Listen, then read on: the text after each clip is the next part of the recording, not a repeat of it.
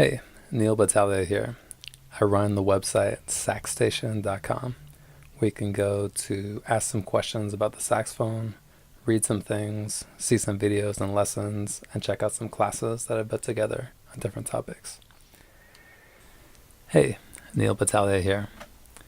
I'm going to show you how to do a few things in the program Musescore, which is kind of like Finale and Sibelius, but it's a free program. I heard about it a few years ago and I started using it. It works pretty well. It's open source. A lot of people kind of work on the projects and add things to it. And yeah, you can do a lot of things with it, but it also has a bit of a learning curve, much like Finale and Sibelius.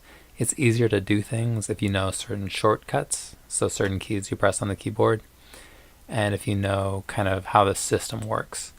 And in general, I'll basically try and avoid using the mouse as much as possible. If you can use the keyboard, it's a little bit easier on your hands and it tends to be a lot faster. So here I'll open up the Musescore, which it does get updates pretty regularly. So this is 2.0.3. Alright, so you have a few options. Here are a few things that I put together. So I've got a song for my salsa band. I got some solos that I wrote out some ideas for. But I'm just going to go to the new document. So this kind of popped up by default. It says my_first_score. It gives you a space. I'll double click on the title. I'll say C major scale. And composer, I'll say it's me. Pretend that I wrote it. Okay, now I'm going to click. And you use the mouse part of the time. The first thing I'm going to talk about is the key N. So if I press N, kind of does this change, and there's a button for it right there. It says note input, so I press it, it's not pressed. I press it, it is pressed. Okay, so if you have note input pressed, if you use the mouse you can press a note, so I can press that, and I can press Command Z on a Mac to undo that.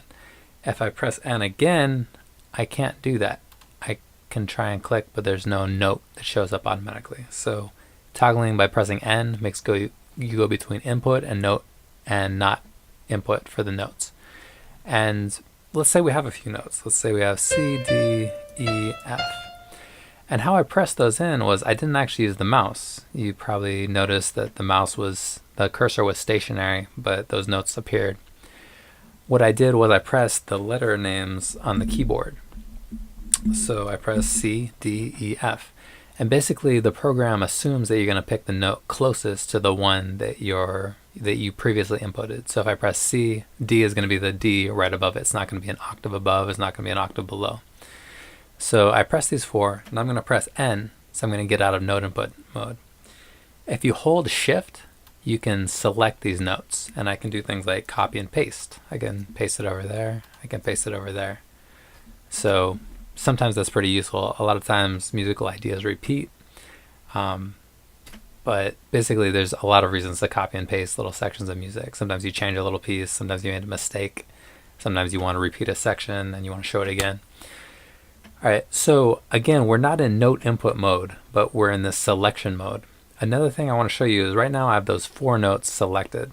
If I press up or down on the keyboard, here's up, I went up by a half step. I can press up again, I can keep going up in half steps. I can press down, I can go down in half steps. You can select an individual note and do the same thing. You can go up or down in half steps. Another cool shortcut is if you press Command down, you go down by an octave. Command up, go up by an octave.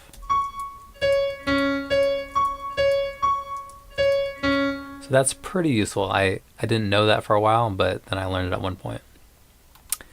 Alright, so you might notice that we have all these different types of notes. We've got whole notes, half notes, eighth notes, and all those things. And there's also the dot, and you could even do a double dot. I don't use theirs very much, but maybe once in a while you need them. So if you need the dot, you press the period on the keyboard. So I put the dot on my quarter note right now, and sometimes it's a little bit buggy. Okay, I'll do it again. Okay, there's a dotted quarter note. So I'm not quite sure why, but for some reason it automatically seems to do a quarter note even if you have something else selected when it's the first note sometimes. Maybe they'll fix that later, but for now it's something that does happen once in a while. So I've got a dotted quarter note there. Could put another one if I want. It's not really very clean writing, but it's technically readable. It's just a little more difficult. Okay, so I got dotted notes. But between the types of notes, if you press the numbers, so I'll press 1, that goes to a, actually 1 is a 64th note. Okay, 32nd note with 2, 16th note with 3, 8th note with 4, quarter note with 5, half note with 6. So you actually tend to use 4, 5, and 6 quite a bit in most music. Sometimes you use 3, sometimes you use the whole note. I guess 7 is a whole note, 8 looks like a double whole note, and 9 I've never used or seen in my life. But maybe it's out there somewhere. So yeah, basically, yeah, 4, 5, 6, the 8th notes, the quarter notes, the half notes, the whole notes you use, 16th you use. Those are good to know. Another trick that I didn't learn till quite a while ago was actually how to put a rest. If you press 0, the number on the keyboard, it makes it a rest. So I just put in a half rest. I could put another one, I could put in a few of them. So what were whole rests by default now become half rests. You can shift those up and down. I wouldn't tend to do that, but it's an option. If you select them, you can press up or down. Let's go to 5, which is the quarter note, and we're still in 0. So I'll just press 0, and I'll make these quarter rests. So that's pretty useful to be able to do. Okay, I'm gonna, let's see. So I press 0, and that inputs the rest. Normally you press the letter name, and that inputs a note. So you don't actually shift between rests and notes. You just press 0 and it does a rest, or you press the letter name on the keyboard, it does the note. So let's do a C major scale. I'll just do it in 1 octave, and I'll use, say, 8th notes. So C, D, E, F, G, A, B, C. Okay, so I inputted those pretty quickly using the keyboard. And let's go back down. B, undo, B, A, G, F, E, D, C. Okay, so now we've inputted a major scale. That might not be the greatest way to play it because they don't necessarily land on the upbeats and downbeats as you want them, but that is a C major scale. One thing that's kind of interesting, if I go to the beginning of this phrase and I press the space bar, I can hear it. And if I press the space bar again, I stop the play. So I could go to the top, and again, this isn't a note input mode. You'll notice that the N is not pressed right now, but I'll select it, and this isn't really anything in particular, but it's some nonsense I wrote. But yeah, I could hear that, and what I could do is I could shift and select that, and I could go down a half step, and I could hear that, and I could, yeah. And I could shift it again. I could go up. Let's go up here. So I'll go up a bit. Okay, so basically you can hear what you inputted at the given tempo. And I'm going to maybe mention this over here. There's the palettes. So you can input things like bar lines, repeats, time signatures, key signatures, clefs. For saxophone, we generally use the treble clef.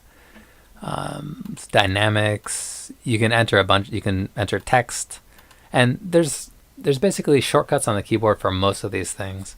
But sometimes it's more convenient to, if you're just doing it like once, you can just do that and maybe forget the code. You can kind of go to the side and do this. All right. There is a help menu. I'm actually sure I'm wondering where the tempo is. So tempo marking. Okay, yeah, so yeah, you can go to add text, tempo marking. That would show the person what it is. In terms of playback, that looks okay. So I guess you can play a metronome during playback. Right now it's in concert pitch. You could change that if you want to. Generally, just leave it in concert pitch. Yeah, it's just generally what I do. I don't really change that too much. Let's see. MIDI input, you could connect it to a MIDI keyboard if you want to. What are these things? Voice 1, 2, and 3. You can add multiple voices, which is kind of cool. You actually can input things like chords or multiple notes. Within Musescore, it's maybe easier if you use the MIDI keyboard. Okay, so we showed how to do notes. We showed how to select them to make them go up and down. We showed how to shift an octave, which is actually pretty convenient. Because say I'm like doing a line, I'm doing C, D, F, and then I want to go to G, but I press Command and down, and it goes down an octave instead of going by half steps. So yeah, here are a few things to do with MuseScore. There's a lot more you can do. It's a pretty powerful program, but I would recommend checking it out, trying things out. There's support forums. You can go places to ask questions. You could ask me. I might know how to do it. I've been using it for a little while, so I know how to do a few things. And then you can save this as a score. You can export it as a PDF. You can do different things like that. One pretty cool thing you can do is you can take like the C major scale and take it up a half step. Now you've got a C sharp major scale. Take it up a half step. Then you have a D major scale. So sometimes if you want to take an idea and play it in different keys, or if you want to take concert music and transpose it for your saxophone, you can do that too. So let's say this is concert and you wanted it for the E flat alto saxophone. Press the down key 3 times. Now you've got the music written for alto saxophone. If it was this for the piano originally and you want it for a tenor saxophone, press up twice. And now it's for a tenor saxophone. You can also change things with a key signature by selecting everything and going to notes, then transpose, and I usually go by interval.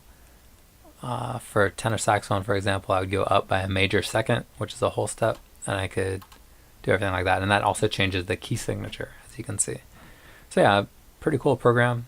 Here are a few things you can do. Hopefully that will maybe save you a little bit of time. I didn't know some of those shortcuts, and that made it a little bit slower to use this program. But yeah, you can do a lot, and I like the program quite a bit.